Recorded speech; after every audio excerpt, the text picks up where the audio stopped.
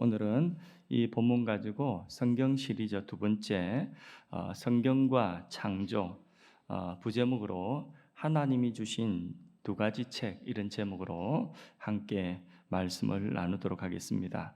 조금 오늘 말씀이 좀 어렵다 이렇게 느낄 수도 있습니다. 뭐 어려워서 그런 게 아니라 쓰는 단어들이 조금 그 읽지 않아서 그럴 수 있습니다. 그래서 메모라도 이렇게 좀 하시면 그러면 전체 말씀의 흐름을 잘 파악할 수 있겠고요. 또 한번 오늘 듣고 또 잘 이해가 안 되면 유튜브로 한 번 더 그렇게 재독을 하시면 감사하겠습니다. 예. 아이들이 어릴 적부터 교회 다니면서 주일학교에서 하나님이 세상을 창조하셨다고 배우고 있습니다. 그래서 얘들아 누가 세상을 만드셨지? 이러면 하나님이 만드셨어요. 이렇게 대답을 합니다. 그러면 예쁜 코는 누가 만들었고 예쁜 눈은 누가 만들었지? 이러면 하나님이 또 만드셨어요. 이렇게 대답을 어릴 때는 수월하게 아주 쉽게 그렇게 대답을 합니다. 그런데 그 아이들이 나중에 학교에 가고 중고등학교 공부를 하기 시작하면 거기서 배우는 내용과 교회에서 배운 내용과의 사이에 아이들이 혼란이 있고 갈등이 생기게 됩니다. 그러다가 나중에 그 아이들이 대학을 들어갑니다. 그러면 이렇게 생각하죠. 교회는 단순히 사람들의 마음에 평안을 주는 그런 정도로 생각하고 자기들이 배우고 있는 그 대학에서의 그 학문이 교회에서 배운 그 말씀보다도 훨씬 더 권위가 있어 보이는 그런 착각을 하게 됩니다. 그러면서 성경에 기록된 내용들이 어떻게 보면 비이성적이고 비과학적이라고 생각하고 그리고는 교회를 등지는 그런 아이들이 대학 들어가서 많이 나옵니다. 곧 이제 수능입니다. 어제 듣기로는 수능 벌써 수시 모집이 이미 거의 다 진행되고 있는 걸로 알고 있습니다.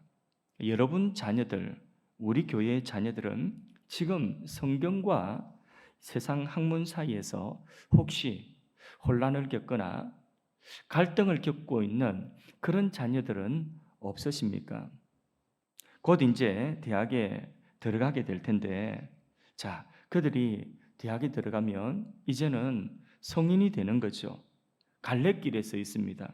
그리고 자기들 나름대로 이 갈등을 이제는 선택해서 두 가지 갈래길에서 이 갈등을 끝을 보고 싶어 합니다. 그때에 그 자녀들이 세상의 학문보다도 성경 말씀의 권위를 더 인정하고 그리고 하나님께로 돌아와서 전적으로 하나님께로 돌아온다 이런 전망이 그리 밝지를 않습니다. 여러분 왜 이런 일들이 반복해서 계속해서 우리의 자녀들 세대에 일어나고 있을까요? 그것은 신앙이라고 하는 것과 공부하는 그 학문이라고 하죠.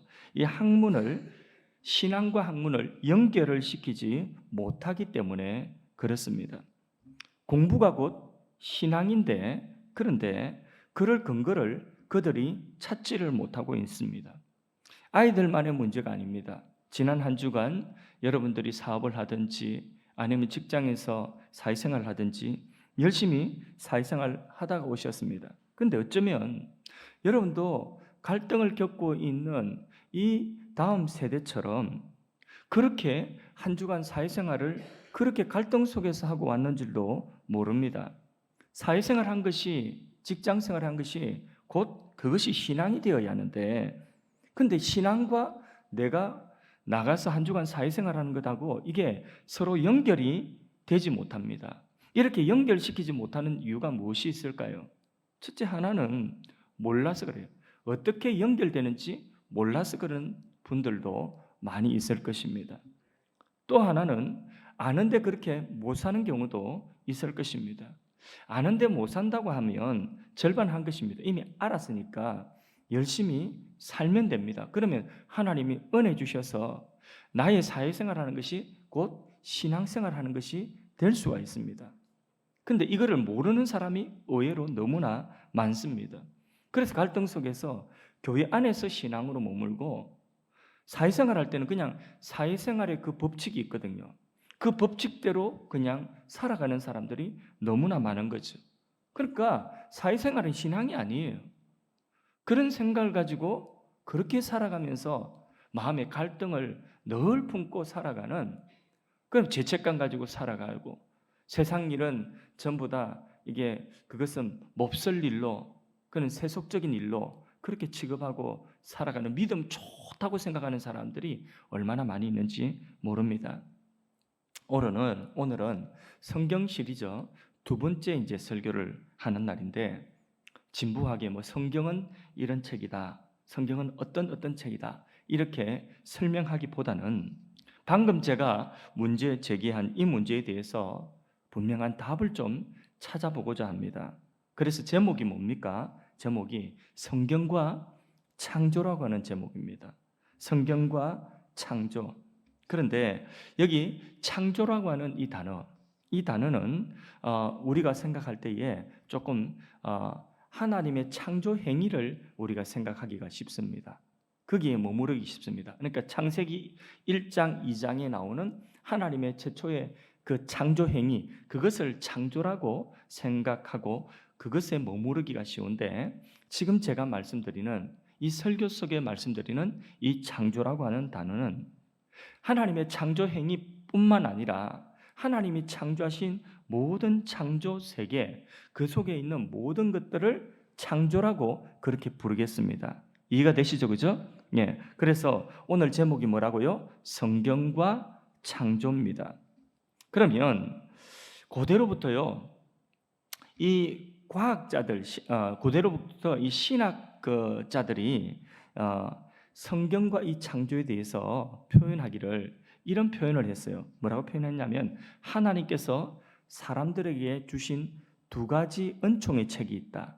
하나님이 사람들에게 선물을 주셨는데 책을 두 권 선물을 주셨다는 거죠. 그런데 그 한 권의 책은, 그 한 권의 은총의 책은 우리가 잘 알듯이 성경이에요. 이 성경 말씀, 요거는 하나님의 특별 계시의 책이다, 이렇게 말을 했고요. 또 한 권의 책이 있습니다. 하나님이 세상에 주신 하나님 자신을 알려주는 또 한 권의 책이 있습니다. 하나님의 경륜과 하나님의 뜻을 세상에 알려주는 또 한 권의 책이 있는데, 이 책이 무엇일까요? 성경 말고 이 책이 바로 창조라고 하는 것입니다. 제가 방금 말씀드린 창조, 그 창조를 일방 계시의 책이다, 이렇게 고대로부터 신학자들은 그렇게 표현을 했습니다. 자, 두 종류 책이 하나님이 우리 인류에게 주신 선물, 소중한 책입니다. 하나는 뭐라고요? 성경. 또 하나는 뭐라고요? 창조. 이 두 가지 아름다운 책을 하나님 우리에게 주신 것입니다. 그래서 오늘 첫 번째 대지로 창조와 성경이 하나님이 우리에게 주신 책, 교과서라고 한다면, 창조도 그렇고 또 성경도 그렇고 그 속에서 우리는 하나님이 뭐라고 말씀하시는지 들어야 되겠죠. 그죠? 그리고 그 말씀하신 대로 따라서 살아야 되겠죠. 그래서 창조도 그렇고 성경도 그렇고 우리에게 규범이 된다는 거죠. 우리가 잘 듣고 따라야 되는 우리의 삶의 규범이 되는 것입니다. 자, 먼저 창조의 책부터 말씀을 드리겠습니다. 이 창조의 책은 일방 계시의 책이다, 일방 계시다, 이렇게 말씀을 드릴 수가 있습니다. 창조의 모든 영역 속에서는 창조주 하나님께서 하나님 자신의 솜씨를 드러내고 있습니다. 그래서 자, 내가 보는 이 꽃이 아름답다, 꽃이 아름답다 하면 이 꽃의 아름다움 속에 무엇이 드러나고 있는 거죠? 하나님의 아름다움이 드러나고 있는 거예요. 그러니까 그냥 보이는 것이, 이게 그냥 아름다운 것이 아니라 하나님이 아름다우시기 때문에 하나님이 창조하신 이 꽃에서 뭐가 드러나고 있다고요? 하나님의 아름다움이 드러나고 있다는 거죠. 예, 고개 끄덕끄덕 반응해 주셔서 너무 감사해요. 예, 그렇게 드러나고 있다는 거죠. 우리가 어떤 자연이나 볼 때에 위대한 어떤 그런 자연의 선물을 봅니다. 그러면 그 위대하고 웅장한 그런 자연과 창조 세계를 보면서 우리는 그 속에서 무엇을 볼 수가 있느냐 하면 그것을 만드신 하나님의 위대하시고 웅장하심을 우리가 볼 수가 있는 거죠. 세상에 지혜롭다 하는 것, 그 지혜를 보면서 참 지혜롭다 하는데 그 지혜는 어디서 나온 거죠? 하나님의 그 지혜가 그 창조 속에서 묻어나오는 것입니다. 사랑이 참 아름답다, 사랑이 참 귀하다, 어떤 그런 사랑을 느꼈다. 그러면 그 창조 세계 속에서 우리가 살면서 사랑을 느꼈다면 그 사랑이 어디서 나온 거죠? 하나님의 사랑이라고 하는 성품에서 나오는 것입니다. 믿으십니까? 그래서 하나님 만드신 모든 자연과 모든 만물, 이 창조 속에 하나님의 위대하심과 하나님의 온갖 성품이 다 담겨져 있고 그것을 보면서 우리가 느끼는 그 좋은 것들, 선한 것들이 바로 하나님의 성품이라는 거죠. 이해가 되시면 아멘 합시다. 그래서 그것이 바로 무엇이냐면 하나님을 드러내는, 창조가 하나님을 드러내는 계시가 되는 것입니다. 로마서 1장 20절 말씀, 로마서 1장 20절 말씀을 한번 같이 읽어보도록 하겠습니다. 합독하십니다. 창세로부터 그의 보이지 아니하는 것들, 곧 그의 영원하신 능력과 신성이 그가 만드신 만물, 이 창조에 분명히 보여 알려졌나니 그러므로 그들이 핑계하지 못할지니라. 아멘. 예, 창조 세계 속에 하나님의 능력과 신성이 담겨 있다고 했죠. 아브라함 카이프라고 하는 개혁주의 유명한 신학자가 있습니다. 이분이 창조 곧 일반 계시를 일반 은총이다 이렇게 표현하면서 이런 말을 했어요. 인류의 모든 자손들과 함께하는 은혜, 그게 바로 뭐냐? 일반 은총이다. 하나님이 이 창조 세계를 통하여 주시는 은총이라는 거죠. 성경 말씀에 믿는 사람과 믿지 않는 사람들이 모두가 공통적으로 누리는 하나님의 은혜가 있어요. 그 은총이 있어요. 예컨대 마태복음 5장 45절 말씀에 보면 햇빛과 비가 있습니다. 이 햇빛과 비를 믿는 사람들에게만 나 너 좋아하니까, 너 나 백성이니까 믿는 사람들에게만 햇빛을 비추어주고 비를 내려주시는 것이 아니죠. 믿지 않는 사람들에게도 똑같이 햇빛과 비를 내려주시죠. 그죠? 그래서 심지어는 악한 사람에게까지, 그러니까 하나님이 선인과 악인에게 똑같이 내려주는 이 은총을 뭐라고 하느냐? 일반 은총이다. 하나님 만드신 창조 속에 주시는 일반 은총이다. 이렇게 말하는 것입니다. 그래서 이 땅에 믿는 자나 믿지 않는 자나 모두 하나님의 그 창조 세계 속에 하나님이 허락하신 수많은 은총들을 오늘도 누리고 살아가고 있습니다. 누구라도 그 은총이 없이 살아갈 수 없어요. 누구라도 오늘 햇빛 없이는 살아갈 수 없어요. 누구라도 오늘 공기 없이는 살아갈 수 없어요. 물 없이는 살아갈 수가 없어요. 인정하시죠? 그러니까 이 세상에 악한 사람들조차도 하나님의 창조의 은총, 그 일반 은총, 그 일반 계시의 그 은총을 하루라도 빠짐없이 다 그것 가지고 살아가고 있다는 것입니다.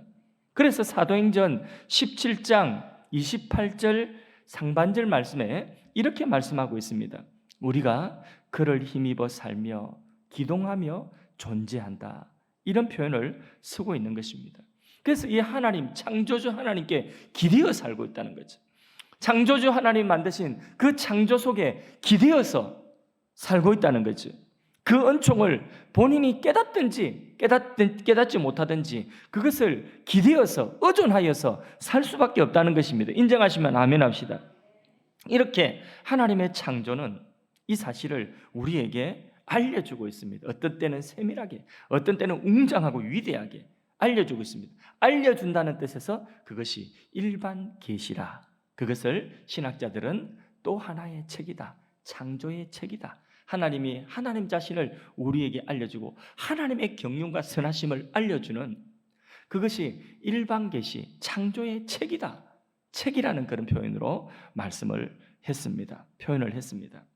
자, 이 일반 계시를 통해서 이제 사람들이 하나님이 창조 세계 속에 감추어 두신 창조의 질서를 발견하게 되는 것입니다.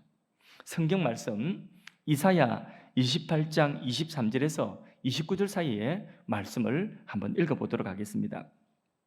너희는 귀를 기울여 내 목소리를 들으라. 자세히 내 말을 들으라. 파종하려고 가는 자가 어찌 쉬지 않고 갈기만 하겠느냐?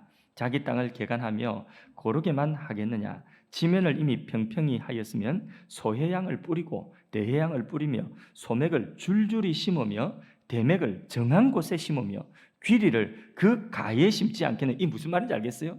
농사를 안 지어가지고 저는 이게 무슨 말인지 잘 모르겠어요. 그런데 분명합니다. 26절 읽어봅니다. 이는 그의 하나님이 그에게 적당한 방법을 보이사 가르치셨다는 거죠. 농사하는 사람에게 농사하는 적당한 방법을 하나님께서 대해양을 뿌리고 소해양을 뿌리고 귀리를 뿌리고 심는 그 농사하는 방법을 각각 가르쳐 주셨다는 것입니다. 그래서 27절 소해양은 도리깨로 떨지 아니하며 대해양에는 수레바퀴를 굴리지 아니하고 소해양은 짝대기로 떨고 대해양은 막대기로 떨며 곡식은 부수는가 아니라 늘 떨기만 하지 아니하고 그것에 수레바퀴를 굴리고 그것을 말굽으로 밟게 할지라도 부수지는 아니한 이 다 무슨 뜻입니까? 뭔지는 모르겠지만 하여튼 농사 짓는 법이죠, 그죠? 농사 짓는 법입니다. 그런데 그 농사 짓는 법이 어디서 나왔느냐?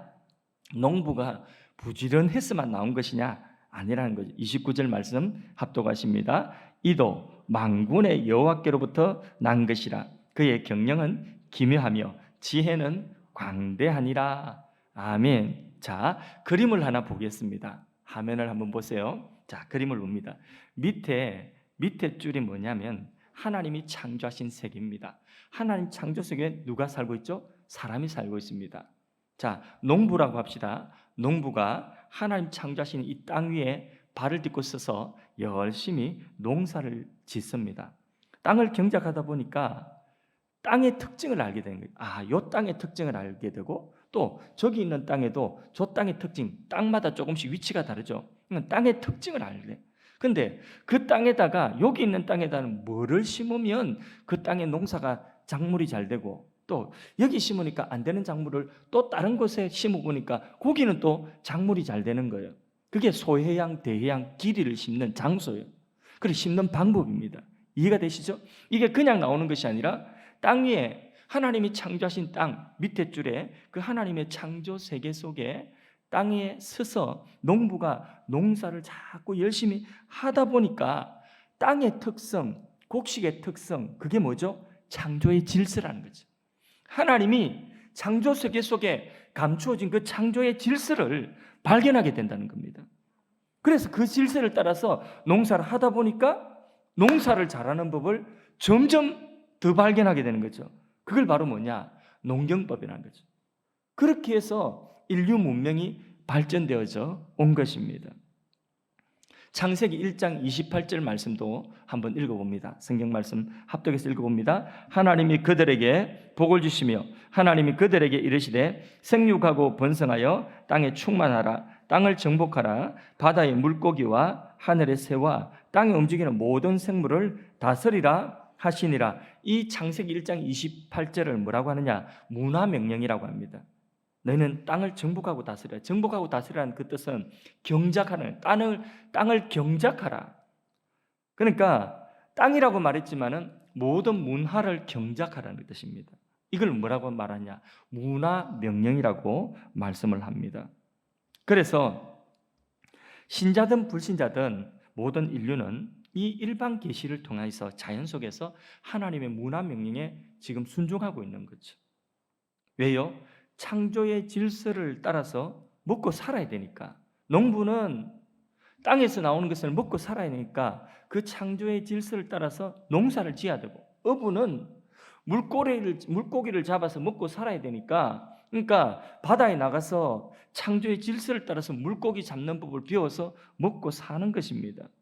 땅에 시에 숨겨둔 그 하나님의 창조의 질서, 바다에 숨겨둔 하나님의 창조의 질서를 그들이 발견을 해서 그대로 농사하고 그대로 또 어부 생활하니까 그것이 풍년이 되는 것이고, 그래서 더 고기 잘 잡는 법, 더 농사 잘 짓는 법을 배우게 되고 삶이 더 풍성하게 되는 것입니다. 하나님의 창조 속에 하나님이 감추어진 그 질서를 발견하게 되는 거죠.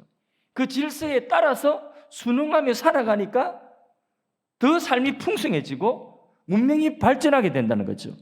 하나님의 창조 속에 있는 풍성한 은혜들을 누리게 되더라는 거죠. 이해가 되시면 다시 한번 아멘합니다. 이처럼 인간은 계속해서 창조 속에서 과학 원리를 캐내기도 하고 경제 원리를 캐내기도 하고 또 이런저런 것들을 캐내는 것입니다.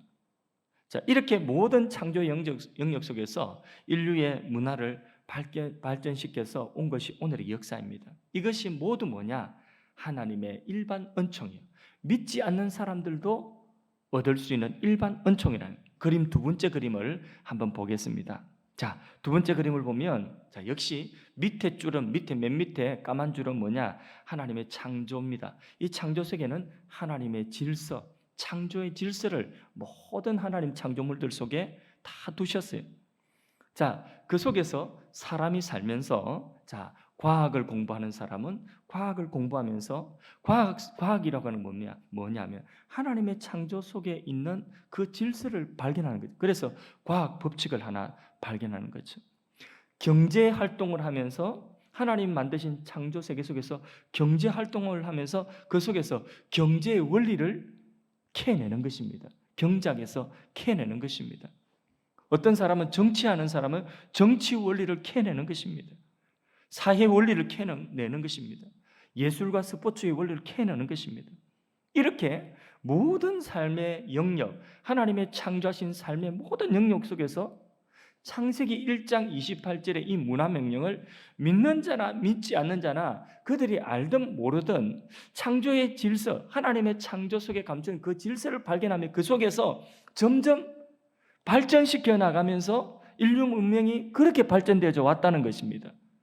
그래서 알든지 모르든지 그들은 알고 순종하든지 모르고 순종하든지 창세기 1장 28절의 이 문화명령을 성취하는 그 일에 쓰임받고 그 일을 하고 살아가고 있는 것입니다.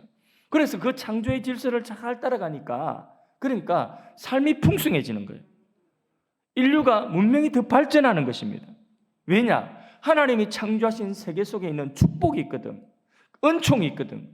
그 은총을 잘 케어내서 그것을 우리의 삶에 누릴 수 있는 거예요. 인류의 삶을 더 풍성하게 할 수 있는 것입니다. 인류가 누리고 있는 모든 것들은 하나님의 창조 속에서 다 나온 것입니다. 하나님 없이는 그런 것들을 누릴 수가 없는 것입니다. 예를 들어서 과학을 공부하다 보니까 과학의 법칙을 하나, 우리가 과학 시간에 과학 법칙이 있지 않습니까? 그 과학 법칙이 어디서 나온 겁니까? 하나님이 창조하신 그 창조 속에 질서가 있는데 그 질서 하나를 발견해낸 것입니다. 과학자가 그걸 하나, 그 하나님의 창조 질서 하나를 발견해내는 것입니다. 그래서 과학 법칙이 또 하나 나오게 되는 것입니다. 그러면 질문합니다. 이 과학 법칙이 인간이 발명한 것입니까? 인간이 발견한 것입니까? 발견한 건 맞죠? 발명한 건 아닙니다. 인간이 없는 거를 새로 만들어낸 게 아니라 하나님이 만들어 놓으신 창조물 속에, 그 창조 속에 있는 질서 하나를, 그거를 발견한 거예요. 그거 발견하니까 그것만큼 과학이라고 하는 학문이 발달하고 그 학문을 적용하니까 기술이 발달하고 문명이 발달하는 것입니다. 이해가 되시죠? 이렇게 하나님의 창조의 책 속에서 사람들은 오늘도 배우고 살아가고 있습니다. 그걸 배워야 되는 것입니다. 여러분, 달에 사람이 갔습니다. 우주선소가 갔습니다. 그러면 달을 발명한 것입니까? 발견한 것입니까? 인간이 교만하면 안 돼요. 발견한 것이에요. 하나님이 만들어 놓으신 건 발견한 것입니다. 그러면 인류가 지금까지 발견한 것이 많을까요? 아직까지 발견하지 못한 것이 더 많을까요? 못한 것이 훨씬 더 많겠죠, 그죠? 그것만큼 하나님의 창조는 위대합니다. 하나님의 창조가 위대하다면 누가 위대한 거죠? 그 모든 창조 행위를 하신 하나님이 더 크고 위대하신 것입니다. 그걸 깨달아는 거예요. 창조 세계는 그걸 우리에게 알려주고 있는 거예요. 알려주고 있기 때문에 그것을 계시라고 하는 거예요. 그것을 책이라고 하는 것입니다. 일반 계시의 책, 그러면 다시 적용을 잠깐 할게요. 우리 다음 세대, 우리 자녀들이 공부를 열심히 해야 되겠어요? 안 해야 되겠어요? 예? 더 열심히 해야 되겠죠. 그 공부하는 것이 그게 세상 일입니까? 아니면 그게 하나님의 명령을 따라 하는 일입니까? 하나님의 명령을 따라서 하는 것인 것을 알아야 돼요. 세상 사람들은 그걸 모르고 공부를 하지만은 우리 자녀들은 그걸 알고 공부를 해야 된다는 것이에요. 내가 열심히 공부해서 하나님의 창조 속에서 하나님이 알려주시고자 하시는, 하나님이 계속해서 그 창조의 질서를 우리에게 계속 말씀해 주시고 알려주기를 원하시는데 그거를 열심히 더 공부해가지고 그걸 자꾸 발견해내야 되는 거예요. 그럼 여러분 일을 하는데, 경제생활하고 사회생활을 하는데 그 속에도 여러분 창조 세계 속에 살고 있는 그 질서가 있지 않겠습니까? 그걸 여러분들이 열심히 더 일해가지고 그걸 더 하나님의 창조의 원리를 더 발견을 해야 돼요. 그러면 여러분 하는 그 일이 더 풍성해지고 더 지혜로운 일이 되고 더 많은 창조의 혜택을 누리게 되는 거예요. 일반 은총의 혜택을 누리게 되는 것입니다. 그럼 우리가 열심히 일하고 공부하는 것이 세속적인 일입니까? 아니에요. 그것이 우리의 신앙이라는 거죠. 하나님의 일반 은총, 하나님의 일반 계시에, 하나님의 일반 계시로 말씀하신 그 말씀에 귀를 기울이고 살아가는 것이라는 거죠. 귀 기울이려고 하면 배워야 돼요. 열심히 일을 해야 돼요. 농부 같으면 열심히 땅을 경작을 해야 돼요. 그래서 하나님이 창조 질서를 더 많이 발견하고 더 잘 발견해야지 그 질서에 따라서 그 규범을 따라 살아갈 때에 창조의 풍성한 열매를 우리가 더 누릴 수 있는 것입니다. 그래서 더 풍성한 축복을 알게 되는 것, 그게 이제 계시, 일반 계시라고 누리게 되는 것, 그걸 은총, 일반 은총이라는 거죠. 이것이 곧 창세기 1장 28절에 창조 명령, 문화 명령의 성취인 것입니다. 자, 이해가 되시죠, 그렇죠? 이게 아주 이렇게 어려운 내용은 아니지만은 생소한 내용이기 때문에 여러분들이 조금 좀 어렵다 느낄 수 있는데 이해를 다 하신 줄로 압니다. 두 번째는 이제 하나님이 주신 두 번째 책이 있습니다. 그 책은 성경이라고 했죠. 요 성경은 특별 계시의 책이다 이랬습니다. 신학자 루이스 벌콥이라고 하는 사람이 있습니다. 이분은 성경을 특별 계시라고 하는데 이 특별 계시를 뭐라고 했느냐? 구속의 근거를 둔 것으로 죄인인 인간들에게 그들을 구속할 목적으로 전달되며 영적인 사람들만 올바르게 이해할 수 있다. 한마디로 이런 거예요. 자, 이 특별 계시, 이 성경은 우리의 구원과 관련된 책이다. 우리의 구원과 관련하여서 하나님이 알려주시는 것이다. 그러니까 특별 계시는 무엇과 관련된다고요? 우리 구원과 관련된 특별한 목적을 가진 계시라는 거죠. 이 성경은 특별 계시예요. 그럼 이 성경 특별 계시는 무슨 목적이라고요? 우리의 구원을 위하여 하나님 특별히 알려주신 계시라는 거예요. 이해가 되시죠? 예. 창조의 책 일반 계시를 통해서는요 구원을 받을 수가 없어요. 인간이 미련하고 눈치가 없어요. 우리 사모님 늘 저보고 목사님 눈치 없다고 하는데, 근데 인간이 다 눈치가 없어요. 눈치가 없어가지고 하나님이 창조 세계를 쫙 펼쳐 놓아도 그 책을 통해서는 하나님을 정확하게 아는 사람이 없어요. 그래서 구원받는 길도 모릅니다. 무엇보다도 아무리 창조세계의 원리를 따라 일반 계시를 가지고 아무리 열심히 일하고 아무리 열심히 학문 공부를 해도 그래도 자기 죄를 씻을 수는 없어요. 아무리 창조 질서를 따라서 잘 땅에서 농부가 자연의 원리를 따라서 그렇게 농사를 잘 지어도 자기 죄를 씻을 수 없어요. 그 말은 구원받을 수 없다는 것입니다. 그래서 하나님께서 사람을 멸망에 이르도록 내버려 땅에서 그냥 배부르게 살다가 그냥 죽어서 지옥 가라 이렇게 할 수 없고 하나님께서 특별한 계시를 허락하신 것입니다. 우리를 구원하시기 위해서. 그래서 하나님이 인간 구원을 위하여 특별한 계시, 그 계시를 하는데 그게 바로 뭐냐? 말씀이 육신이 되어 우리 가운데 오신 예수 그리스도입니다. 그분이 우리를 구원하는 특별 계시입니다. 히브리서 1장 1절 2절 말씀을 읽어봅니다. 옛적에 선지자들을 통하여서 여러 부분과 여러 모양으로 우리 조상들에게 말씀하신 하나님이 이 모든 날 마지막에는 누구를 통하여? 아들을 통하여 우리에게 말씀하셨으니 이 아들을 만유의 상속자로 세우시고 또 그로 말미암아 모든 세계를 지으셨느니라. 하나님의 독생자 예수님을 통하여서 마지막 때에 우리에게 말씀하셨다. 왜? 우리를 구원하시기 위하여서 말씀하셨다는 거예요. 그렇게 이 땅에 오신 예수님은 우리 죄를 대신하여 십자가에 죽으시고 3일 만에 부활하셔서 우리의 죄와 사망의 문제를 완전히 해결하셨습니다. 인간 구원을 위한 필요한 모든 것들을 예수님이 오셔서 다 이루셨습니다. 그런데 그 예수님 지금 어디 계시죠? 우리 눈에 보여요? 그 예수님 지금 어디 계시죠? 이미 부활하신 지 2000년 넘었어요. 어디 계시죠? 지금 하늘에 계십니다. 예수님이 안 계시잖아요.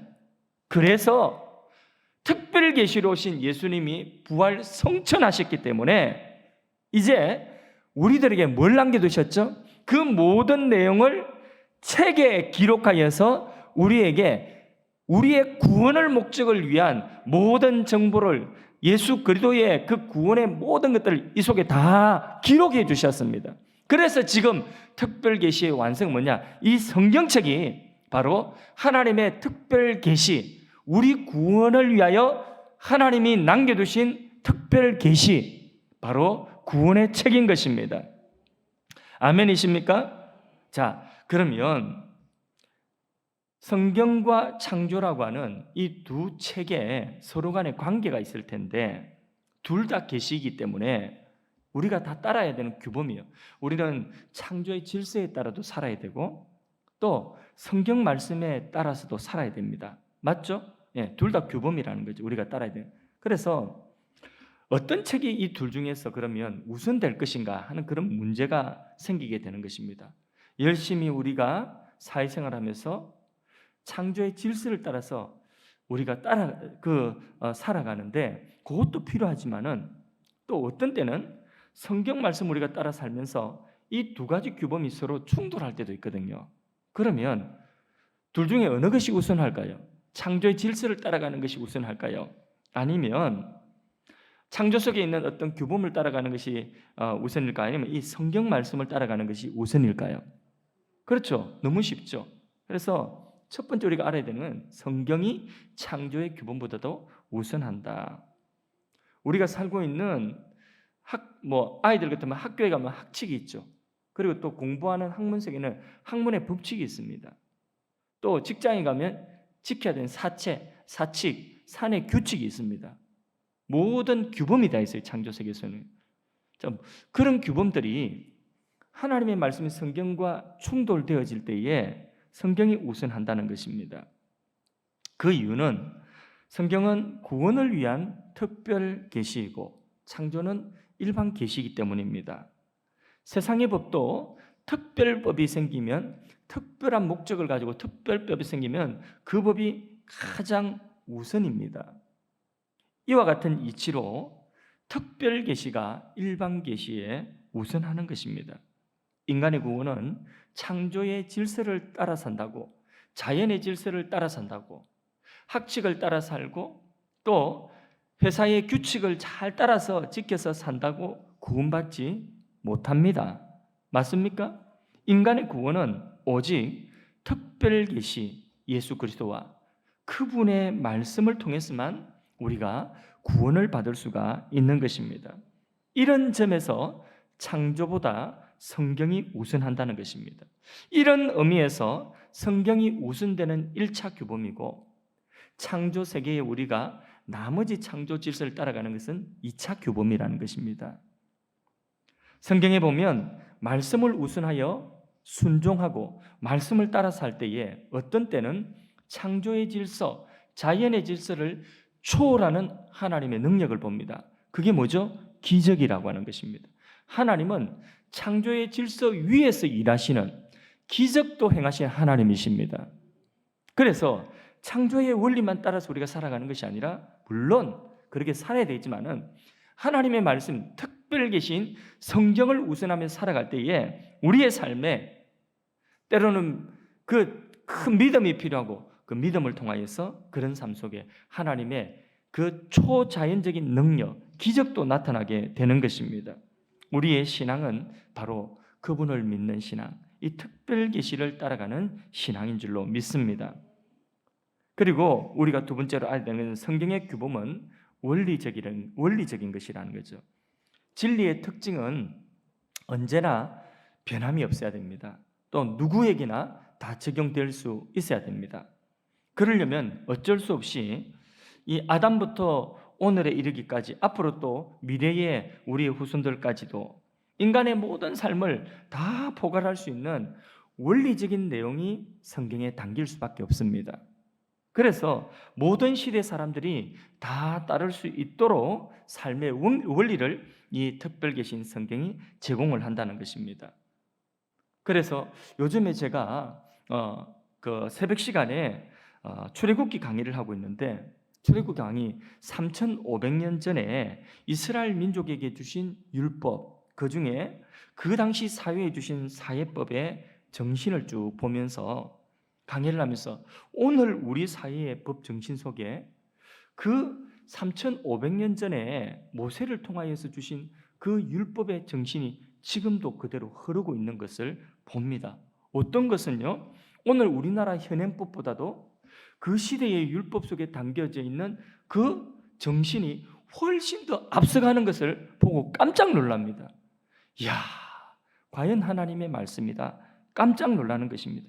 이런 의미에서 성경의 규범은요, 3,500년 전이나 지금 사람이나 똑같이 적용될 수 있는, 똑같이 그 말씀 속에서 교훈을 받고 그 말씀대로 따라갈 수 있는 그런 원리적인 규범이라고 하는 것입니다. 그래서 프레임이라고 하는 기독교 윤리학 책을 쓴 분이 이런 말씀을 했습니다. 성경은 모든 윤리적 결정을 위한 원칙을 제공한다. 성경은 원리적이다. 반면에 세 번째로 창조의 규범은 구체적이라는, 성경은 원리적이고 이 창조 속에 있는 규범은 구체적이에요. 자, 학교에서 어떻게 해야 되는 학칙이 성경 속에 기록되어 있습니까? 없죠, 그렇죠? 그는 학교에서 정하는 규범입니다. 이해가 되시죠? 학문 세계에서 어떻게 학문을 해야 되는 그런 그 규칙이 성경 속에 있습니까? 없습니다. 그거는 학문 세계의 규범인 것입니다. 학문 세계의 규범을 어기고 하니까 지금 뭐 논문 같은 문제, 학위 같은 문제가 지금 막 생기고 있지 않습니까? 그건 뭐냐면 그 나름대로 그 세계 속에 규범이 있는 거예요. 이런 규범들을 성경이 다 기록해 놓을 수가 없는 것입니다. 그러면 성경이 얼마나 두꺼운 책이 되겠습니까? 세상에는 성경에 기록되지 않는 새로운 문화적인 새로운 상황들이 수도 없이 지금도 발생하고 있습니다. 그런 구체적인 내용들을 성경에 어떻게 다 기록할 수가 있겠습니까? 그래서 성경은 원리적일 수밖에 없어요. 그러면 세상이 요구하는 삶의 방식, 세상이 요구하는 구체적인 그런 어떤 규범들은요, 너무나 많습니다. 그런 구체적인 규범들, 그런 규범들과 성경과 상호 어떤 관계가 있는가 하는 부분을 우리가 알아야 되는데, 만일에 성경에 기록되어 있지 않지만은 창조의 규범이 유익하면 그 규범을 따라 살면 되는 거예요. 농부가 어떻게 농사 지어야 된다 하는 자세한, 포도 농사 짓는 것을 성경에 포도 농사 잘 짓는 법을 구체적으로 기록하고 있어요, 없어요? 없죠, 그렇죠? 그러면 농부는 무엇을 따라서 농사를 지어야 돼요?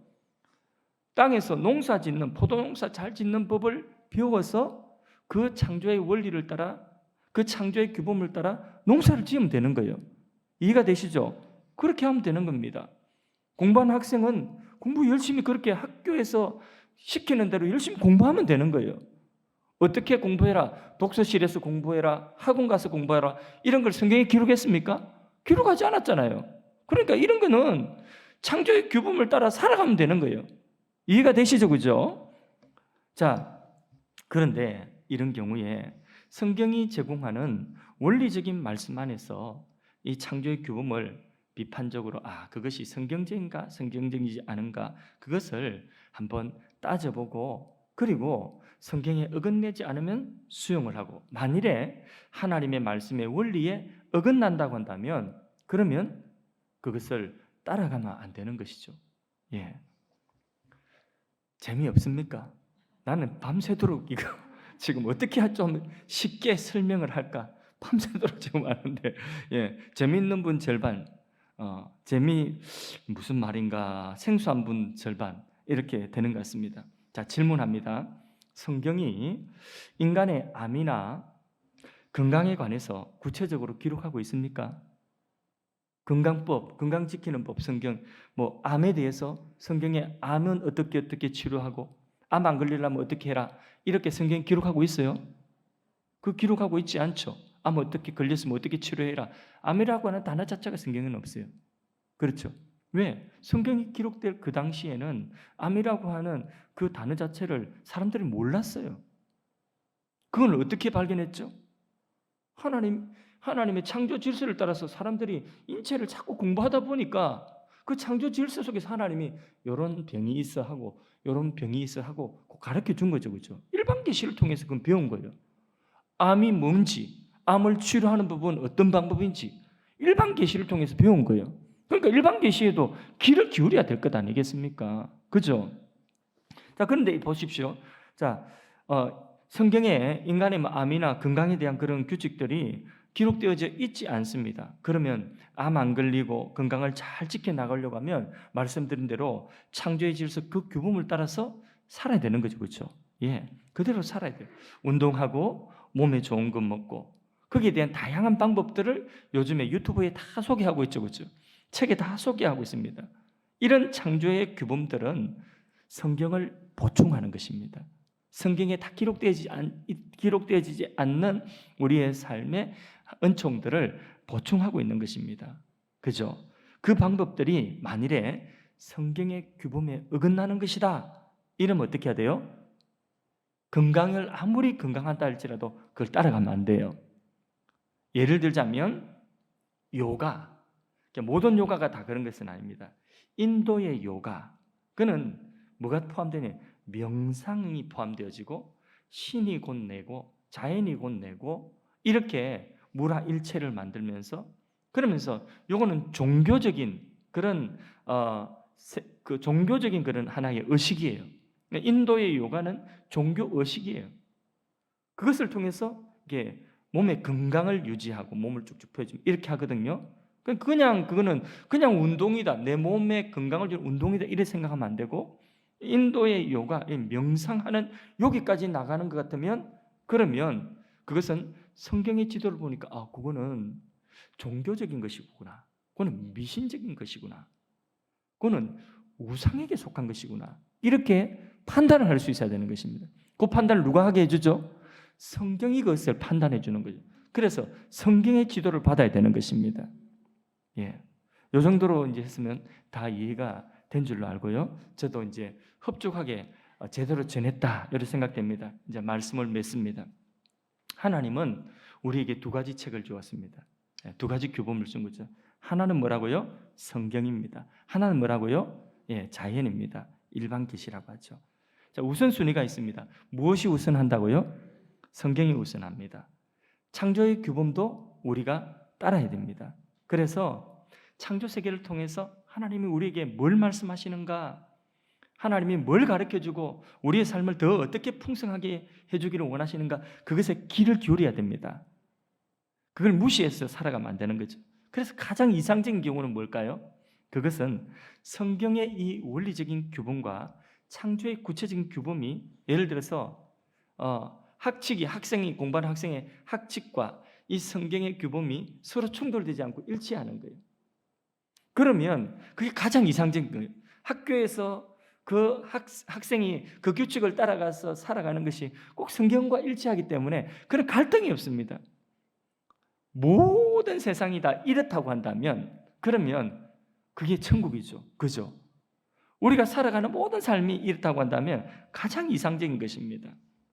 학생이 성경 말씀과 내가 배우고 있는 과학을 공부하는 학생이다. 그러면 내가 배우고 있는 과학 공부하는 그 학문의 내용과 성경 말씀이 일치한다. 이러면 너무 좋겠죠, 그죠? 그럼 땡큐예요, 땡큐. 할렐루야입니다. 과연 그 과학의 법칙도 하나님이 창조하신 창조 질서 속에 있는 것을 발견한 것이구나 하고 성경 말씀과 딱 일치하니까 너무 기쁘고 감사한 거예요. 그죠?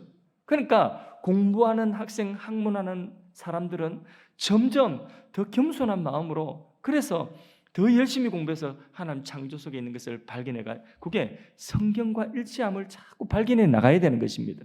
그게 사명입니다. 오늘 우리가 세상을 살아가는데 일반적인 우리의 사회생활하는 그 사회생활이 하나님이 말씀하신 요 말씀과 딱 일치되는 삶이다, 내 사회생활이. 그러면 좋은 거예요, 나쁜 거예요? 땡큐죠. 너무 땡큐죠, 그죠? 너무 좋은 거죠. 이렇게 성경의 말씀과 일치되는 이 창조 세계의 그런 규범이 많아질 때에 우리는 세상을 향하여서 기독교적인 학문을 하는 것이고 기독교적인 삶을 실천하고 있는 것입니다. 이때에 하나님의 나라가 그만큼 이 땅 가운데 임하는 것입니다. 그러기 위해서 우리는 성경의 길을 기울이고 성경을 알아야 돼요. 또 창조의 질서에도 이 세상 규범에도 길을 기울이고 알아야 돼요. 특히 신앙과 학문을 서로 연결시켜서 기독교적인 학문을 할 수 있는 그런 우리의 자녀들, 다음 세대들이 막 일어나야 되는 것입니다. 성경만 믿고 창조세계, 학문의 영역, 경제의 영역, 정치의 영역 이런 것들을 다 부인하고 무시하며 살아서는 안 되는 것입니다. 이런 삶은 하나님께 온전한 순종을 드릴 수 없는 삶입니다. 반대로 성경에는 무지하고 세상의 학문, 세상의 정치, 세상의 어떤 지식에만 이것들만 믿고 살아가는 이런 삶도 하나님께 순종하는 삶이 될 수 없는 것은 너무나 자명한 것이죠. 그렇죠? 그래서 하나님이 요구하시는 온전한 우리의 순종의 삶은, 그것은 교회 안에서만 우리가 성경 가지고 교회 안에서만 교회에서 시키는 대로 한다, 교회 안의 신앙이 아니라 우리가 서 있는 모든 삶의 그 영역 속에서 하나님의 말씀에 온전한 순종을 이루기 위해서는 내가 하는 그 사회생활과 학생이 공부하는 그 학문의 영역이 하나님의 말씀, 이 성경의 규범과 자꾸 일치되도록 하는 그 노력이 필요한 것입니다. 그럴로 가면 학생은 더 많이 공부해야 되는 것이고 일을 하는 사람은 더 열심히 사회생활을 해야 되는 것입니다. 그래서 성경과 이 창조라고 하는 이 두 가지 책, 이것은 하나님이 우리의 온전한 순종을 위하여서 주신 책이요 우리의 삶의 길인 것입니다. 열심히 공부하시다, 열심히 일합시다, 말씀 붙들고 기도하며 더 잘할 수 있는 방법들을 개발해 냅시다. 그게 바로 뭐냐? 하나님이 우리의 삶에 허락하신 온전한 순종의 길이라고 하는 거죠. 그러기 위해서는 성경도 필요하고 자연도 창조도 필요하다는 것입니다. 이해가 되시면 아멘 합시다.